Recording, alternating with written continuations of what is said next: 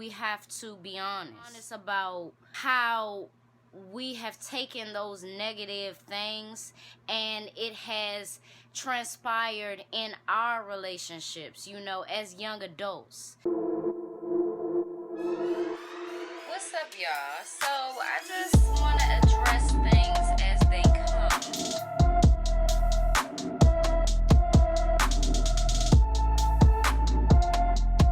What's up, y'all? It's your girl B Octavia, and I am back with another video.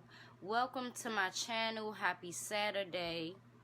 If you do not know me, my name is B Octavia. I'm 23.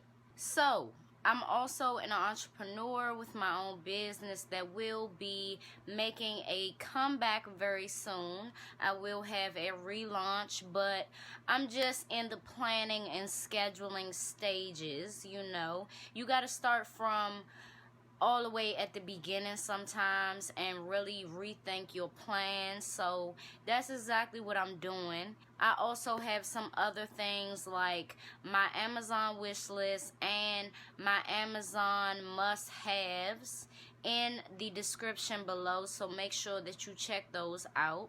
In today's video, what I want to talk about is domestic violence, and it's a specific scenario that I'm gonna tell y'all about if y'all didn't know about it, and the lesson that we can take out of it. Now, I learned a lesson hugely because in this scenario it can be very relatable to anything that I encounter, you know, because of the field that I'm in and also because of what I speak about.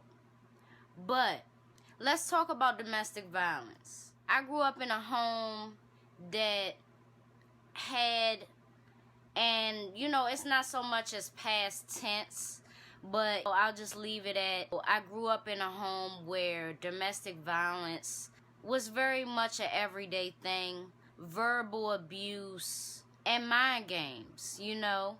So I'm very well versed as far as domestic violence, family violence, etc. You know, the list goes on. So when talking about domestic violence, we have to be honest. You know, not only do we have to be honest about how we grew up and what we witnessed, but we have to be honest about how we have taken those negative things and it has transpired in our relationships, you know, as young adults. A lot of young men won't want to admit that they beat on their baby mother or their girlfriend or whatever the case is, but you should be honest about that. Instead of just talking about how angry you get, you got to talk about what you do when you're angry. You know, be honest about it. And getting back to the point of what this video is, I want to talk about a scenario and I want to tell you why it's very relatable to me. So on the topic of domestic violence, right? We're going to talk about Dr. Dre. Now, Dr. Dre, of course, is respected in the music industry and has many accolades that are well deserved. That is not going to stop me from telling what I feel like is the truth. Now, a lot of people in the music industry, you know, have been called out for numerous things, but we can't say that R. Kelly is a huge one where for a long time his behavior was ignored because of his respect in the music business. And that's what we're not going to do moving forward, you know, because we have to separate that. We have to separate a person's talent versus their personality. We have to separate what we know as fans versus the truth. We can't base, oh, he made Step in the Name of Love, so we just supposed to ignore that he had all of this sex cult business going on. No. So, Dr. Dre. Now, on top of what I am going to say, I'm going to talk about Michelle for a second. Now, a lot of the OGs over here, a lot of my elders know exactly who Michelle is and the amazing talent that she displays, that she displayed back then and now. People talk about how she has a nasty personality and things like that, but that is not something that has been said by a lot of people, and that's something that has been said by a select few people. You know what I'm saying? So, Michelle and Dr. Dre were together for many years, and I believe were together at the beginning of NWA or whatever the case. They did have a son, and throughout their relationship, her claims are that she was physically abused a lot. Physically abused every day. Cheated on. There were babies made, etc. all during their relationship. And after Michelle's story came out, of course, Dr. Dre shot down those claims. People started to really focus on Michelle's credibility versus Dr. Dre's credibility, and people just took his word for it. A lot of people. And y'all should be ashamed of yourself. Now, I'm not going to ignore Michelle's actions of having a baby with Suge Knight years later. That's very questionable on her motives, you know what I'm saying? Maybe she didn't see it as, a very bad thing to be messing with him as a rival of Dr. Dre. Maybe she didn't see it like that, but it's hard not to see it like that when it's always been like that. This is going into a lot of different things, but I'm gonna make this a fairly long video. I really want to talk to y'all today.